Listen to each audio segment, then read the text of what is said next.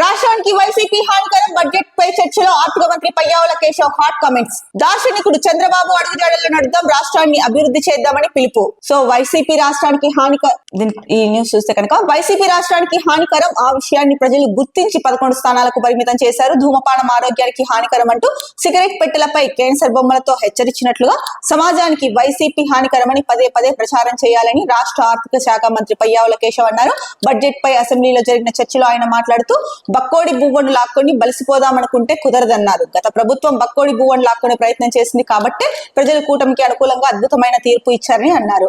So Andhra Pradesh రాష్ట్రంలో అయితే budget సమావేశాలు జరుగుతున్నాయి. ఈ నేపథ్యంలో అసెంబ్లీలో అయితే కనుక అంటే బడ్జెట్ పై చర్చలో ఆర్థిక మంత్రి పయ్యావుల కేశవ్ ఎవరైతే ఉన్నారో ఆయన కొన్ని హాట్ కామెంట్స్ చేశారు. ముఖ్యంగా వైసీపీ రాష్ట్రానికి హానికరము, ఆయన ఏకంగా సిగరెట్ ప్యాకెట్ పైన క్యాన్సర్ వస్తుంది అని చెప్పేసి సిగరెట్ ప్యాకెట్ బొమ్మలు ఏదైతే ఇచ్చారో అలా సమాజానికి వైసీపీ హానికరమని పదే పదే ప్రచారం చేయాలి అని చెప్పేసి చెప్తున్నారు. మీరు బడ్జెట్ పైన చర్చ చేపడుతున్నారా లేకపోతే అక్కడ ఎవరైతే ఉన్నారో అసెంబ్లీలో ఉన్నది కూటమి ప్రభుత్వం వాళ్ళే అధికంగా ఉన్నారు. వైసీపీకి 11 సీట్లు వచ్చాయి. ఇక్కడ ఏ పార్టీకి అనుకూలము కాదు, ఏ పార్టీకి వ్యతిరేకం కాదు, ఉన్నది ఉన్నట్టు చెప్తున్నాం మీకు. మీరు బడ్జెట్ మీద చర్చ చేయాలి కానీ మధ్యలో ఇవంతా ఏంటి? అసలు మీరు ఆర్థిక మంత్రి, ఎన్నోసార్లు ఎమ్మెల్యేగా గెలిచారు, మీరు ఇలా మాట్లాడుతున్నారేంటి? అంటే మీ టార్గెట్ ప్రజల సమస్యలు, రాష్ట్ర అభివృద్ధి ఎలా చేయాలి అని చూడడం పైన, లేకపోతే వైసీపీని ప్రధానంగా వైసీపీని కనుమరుగు చేసేలాగా ఎక్కడ సందర్భం దొరికినా కూడా మాట్లాడి ప్రజల్లో వైసీపీ మీద విషం నింపాల అన్నదా మీ వ్యూహం ఏంటి అన్నది ముఖ్యంగా ప్రజలకైతే కనుక మీరు తెలియజేయాలి. ఎందుకంటే కనుక బడ్జెట్ సమావేశాలు జరుగుతున్నప్పుడు బడ్జెట్ పైన మీరు చర్చ కొనసాగిస్తున్నారు. మీరు చర్చ కొనసాగించేటప్పుడు మళ్ళీ వైసీపీ గురించి ఎందుకు అక్కడ మాట్లాడుకోవడం? సరే మాట్లాడారు, మీరు అసెంబ్లీలో ఉండి ఒక బాధ్యతాయుత ప్రజాప్రతినిధి అయ్యుండి, ఆర్థిక మంత్రి అయ్యుండి వైసీపీ హానికరము, దాన్ని కూడా సిగరెట్ ప్యాకెట్ అంటే స్మోక్ చేస్తే ఏ విధంగా క్యాన్సర్ వస్తుందో దానికి సంబంధించి ఆ ప్యాకెట్ పైన బొమ్మలతో సహా హెచ్చరిస్తూ ఉంటారు కదా, అలాగే పదే పదే సమాజానికి వైసీపీ హానికరమని ప్రచారం చేయాలి అని మీరు అసెంబ్లీలో ఎలా మాట్లాడతారు? మీరు పబ్లిక్ మీటింగ్ లో మాట్లాడితే అది వేరు, అసెంబ్లీలో ఎలా మాట్లాడతారు మీరు ఇట్లాంటి విషయాలు? అంటే అసెంబ్లీని కూడా రాజకీయాలకు వేదికగా చేస్తున్నారా? అసెంబ్లీలో ఏం చేయాలి మీరు? అసెంబ్లీలో మీరు చేయాల్సింది ప్రజా సమస్యల పైన చర్చించడం, ప్రతిపక్షాల పార్టీల పైన నిప్పులు జరగడం కాదు. ఇట్లాంటి విషయాలు కూడా మీకు తెలియదా? ఏదో ఒక సందర్భంలో ప్రతిపక్ష పార్టీలని మాట్లాడడమే ఉంది. మరి ఇలాంటివి సీఎం గారికి తెలియదా?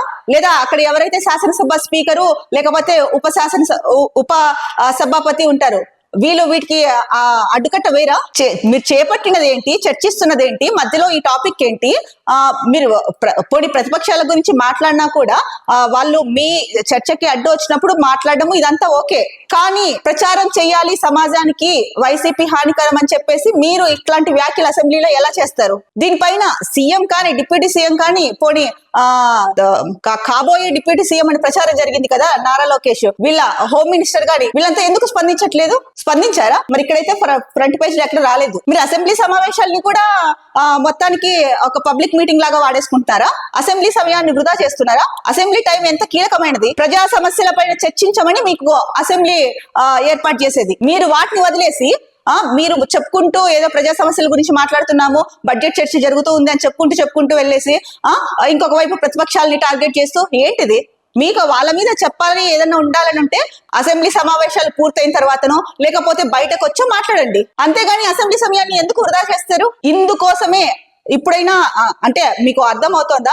ఇప్పుడు 10% ఉంటేనే అసెంబ్లీలో ప్రతిపక్ష హోదా వస్తుంది అన్నది అందరికీ తెలిసిందే. ఈ నేపథ్యంలోనే వైసీపీకి 10% లేదు కాబట్టి వాళ్ళకి ప్రతిపక్ష హోదా ఇవ్వడం కుదరదు అన్నారు.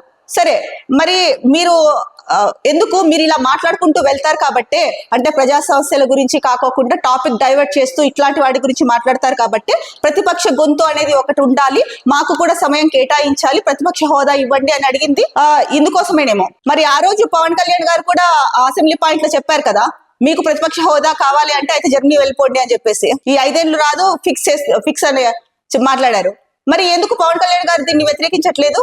అసెంబ్లీ సమావేశాలు దేనికి జరుగుతాయి? ముఖ్యంగా ప్రజా సమస్యలు, ఇప్పుడున్న ఆంధ్రప్రదేశ్ ఆర్థిక పరిస్థితి కానీ ఆంధ్రప్రదేశ్ పరిస్థితిని దృష్టిలో పెట్టుకొని సభ్యుల సలహాలు తీసుకొని, మంత్రులు కానీ ఎమ్మెల్యేలు కానీ వాళ్ళ సలహాలు తీసుకొని ఎలా ముందుకెళ్ళాలి, ఏంటి, ఏం జరుగుతోంది, ఇవన్నీ వదిలేసి మీరు మాట్లాడుకుంటూ మధ్యలో అంటే ఎక్కువ ఫోకస్ దేని మీద చేస్తున్నారు? మీరు చాలా సీనియర్ నేత, ఇంకొక వైపు సీఎం గారు 45 ఏళ్ల నుంచి రాజకీయాల్లో ఉన్నారు. ఇంతమంది సీనియర్లు ఉన్నప్పుడు మీరే ఇలా మాట్లాడితే కనుక ప్రజలకి ఏం సందేశం ఇద్దామని మీ విచక్షణకే వదిలేస్తున్నాం. ఇక్కడ మా పాయింట్ ఏంటంటే కనుక అసెంబ్లీ సమావేశాలు అన్నది ప్రజల సమస్యలు అలాగే రాష్ట్ర అభివృద్ధికి సంబంధించి అక్కడ చర్చించుకోవడానికి కేటాయించిన సమయం. అసెంబ్లీలో ప్రధానంగా వాటిని ప్రస్తావిస్తారు, రాజకీయాలు గురించి కాదు. సరే, అధికార పార్టీ చెప్పేటప్పుడు ప్రతిపక్షాలు వాటిని అడ్డుకొని నానా రభస చేస్తా ఉంటే అప్పుడు వాళ్ళని అంటే కామ్ డౌన్ చేయడానికి, లేదంటే కనుక వాళ్ళని నిరసన వ్యక్తం చేయకుండా ఉండడానికి కొన్ని మాటలు మాట్లాడుకుంటూ ఉంటారు. అది ఎక్కడైనా జరిగేదే. కానీ మీరు ఇక్కడ ప్రధానంగా ఒక న్యూస్ పేపర్ లో మెయిన్ పేజీలోనే వచ్చిందంటే కనుక మీరు ఎలాంటి వ్యాఖ్యలు చేశారు అసెంబ్లీలో అన్నది ఇక్కడే అర్థమైపోతుంది.